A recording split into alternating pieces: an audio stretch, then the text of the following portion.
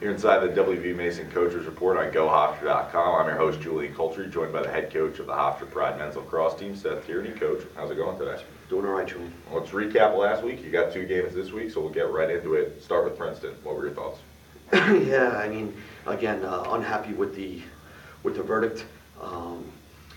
Stand by what we said after the game in regards to I like our team. I like the ingredients that are there.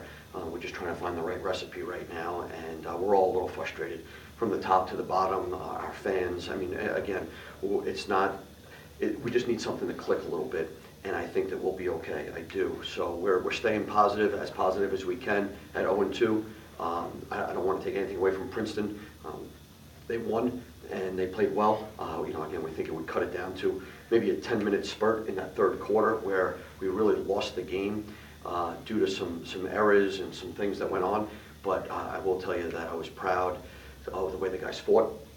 There was a couple of times where, if we put ourselves in a position where we had to do everything right, they had to do everything wrong to close a 6-goal lead. And we ended up having a little bit of a hiccup during that run back, and that kind of let the air out of the balloon a little bit. We just can't put ourselves in that situation. So again, hats off to our opponent. We all played both teams played in the bad weather. That's just the way it is, and we just got to move on. From an offensive standpoint, Coach, you guys were very good on the man up. You were able to put up 10-plus goals again in back-to-back games. Do you like what you're seeing from the scoring and from the offense? I like what we're seeing. I would like to be a little bit more efficient with finishing the ball. And again, yes, you could be satisfied with the 10-plus goals a game or 11 goals a game, whatever we're averaging at this point.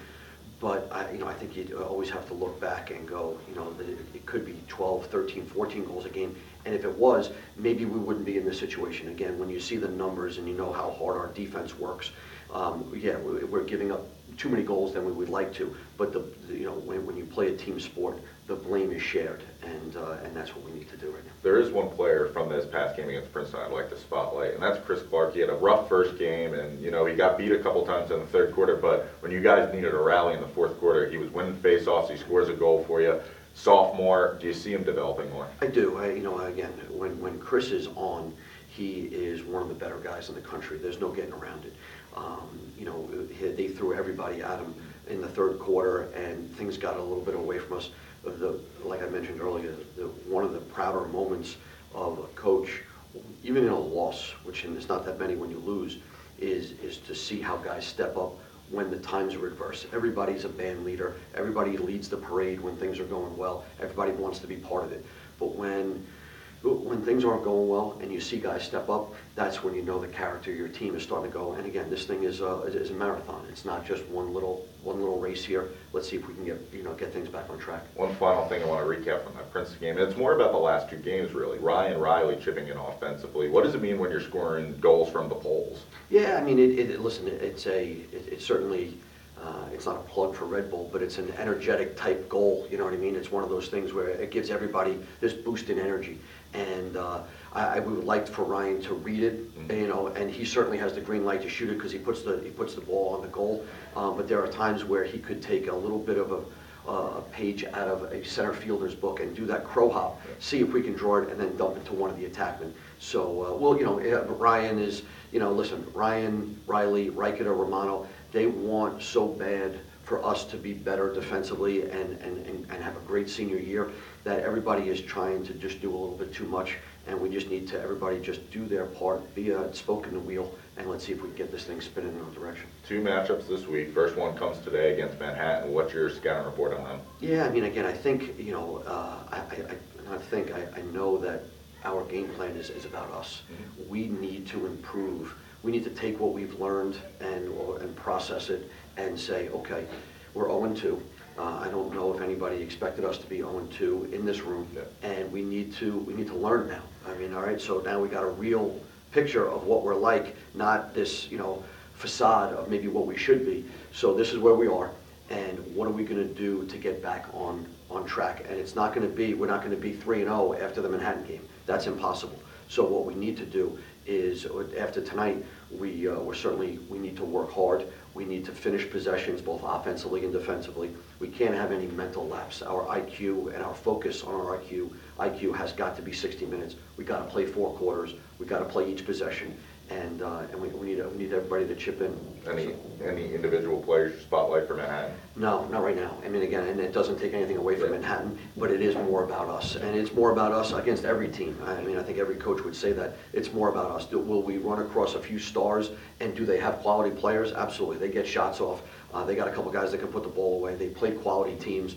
You know, there's no getting around it. But it's just about us sitting down, playing good, solid defense, clearing the ball the first time, getting it to our offense, you know, getting the ball around, making sure everybody's on the same page, having a quality offensive possession after a quality defensive possession, after a quality face-off, and doing well in the special teams and all the little games that take place in the big game. And I think we can get this thing back in our direction. Foresee any lineup changes for tonight?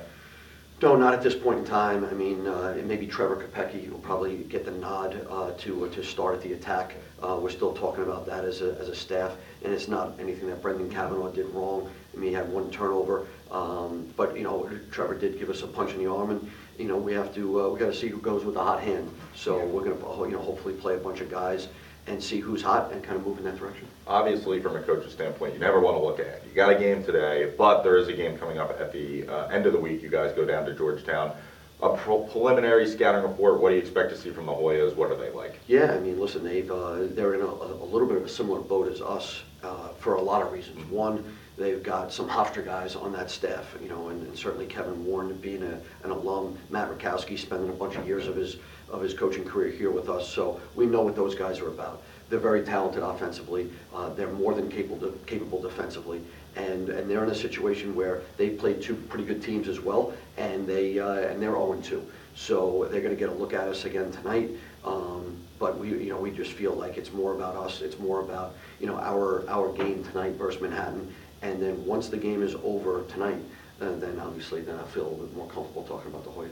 Back-to-back seasons, you guys start 0-2, but it's not a knock against, because last year you guys were fantastic for the remainder of the stretch. What do you take away from last year? How do you get a win tonight? How do you get 2 wins this weekend? Yeah, I mean, certainly we wanted to change history. We didn't want to be 0-2. Nobody wants to do that and repeat what you did wrong last year.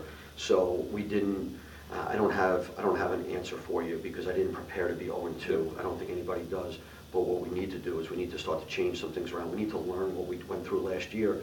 When you go down and you lose these 2 games, how much does that hurt your at-large berth still in February? You know, and we need to make sure that we got to do a pretty good job the rest of the way here and see if we can keep that at-large berth still alive. And it's crazy to talk about with 6 inches of snow and the temperatures that were going on in the spring sport area, but that's what it is. Reality says that's what it is. So again, we can only control what we can control. That's the way we play, the way we think, the decisions that we make, and put our best foot forward for Manhattan tonight. Coach? Hofstra takes on Manhattan tonight at James M. Short Stadium. Come see the Pride. That's at 4 o'clock. That's head coach Seth Tierney. I'm Julian Coltree. This has been the WB Mason Coaches Report.